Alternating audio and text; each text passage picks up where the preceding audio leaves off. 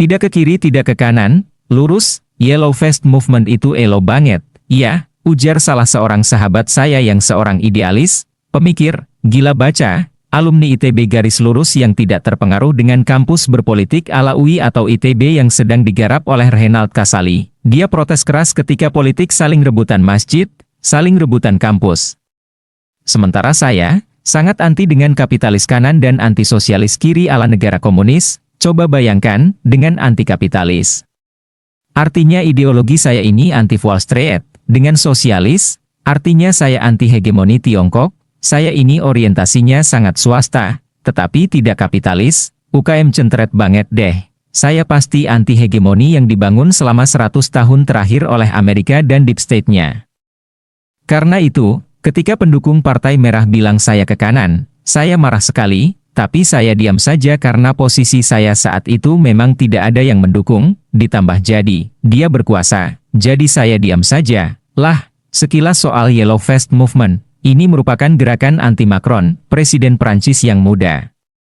Dulu beliau dipilih karena idealismenya akan melawan hegemoni kapitalis, ternyata, begitu menjabat, beliau condong juga ke kapitalis orang kaya, dia tetap merangkul aliran lama kapitalis. Marahlah pendukungnya, dan mengecapnya sebagai pelacur politik. Di Davos Summit pun beliau kembali ditekan, bahkan, dalam salah satu diskusi bacangan saya dengan rekan-rekan saya.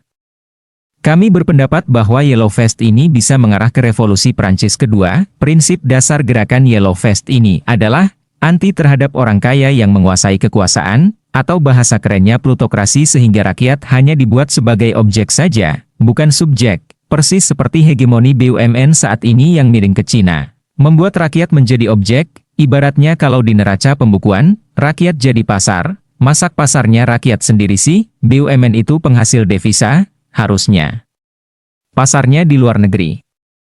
Padahal, kalau NKRI beneran, rakyat itu subjek dan bukan market melainkan aset. BUMN sekarang raja impor, penyebab neraca perdagangan terjelek sepanjang masa. Sementara penghasilan BUMN untuk setoran ke negara, hanya sekitar 5% dari pajak, di mana 95%-nya adalah swasta sebagai rakyat yang membayar pajak. Bagaimana bisa dagang swastanya? Di sisi pasar, diambil BUMN, di sisi keuntungan yang sudah kecil itu, diambil pajak. Kembali ke statement teman saya tadi, soal Yellow Vest yang dia bilang mirip pemikiran saya yang anti-plutokrasi dan anti-oligarki. Saya memang tidak setuju sekelompok orang non-pejabat mengatur pemerintahan, saya sangat mengusulkan ekonomi gaya baru. Tidak lagi ikuti aturan main yang memberi keuntungan asing.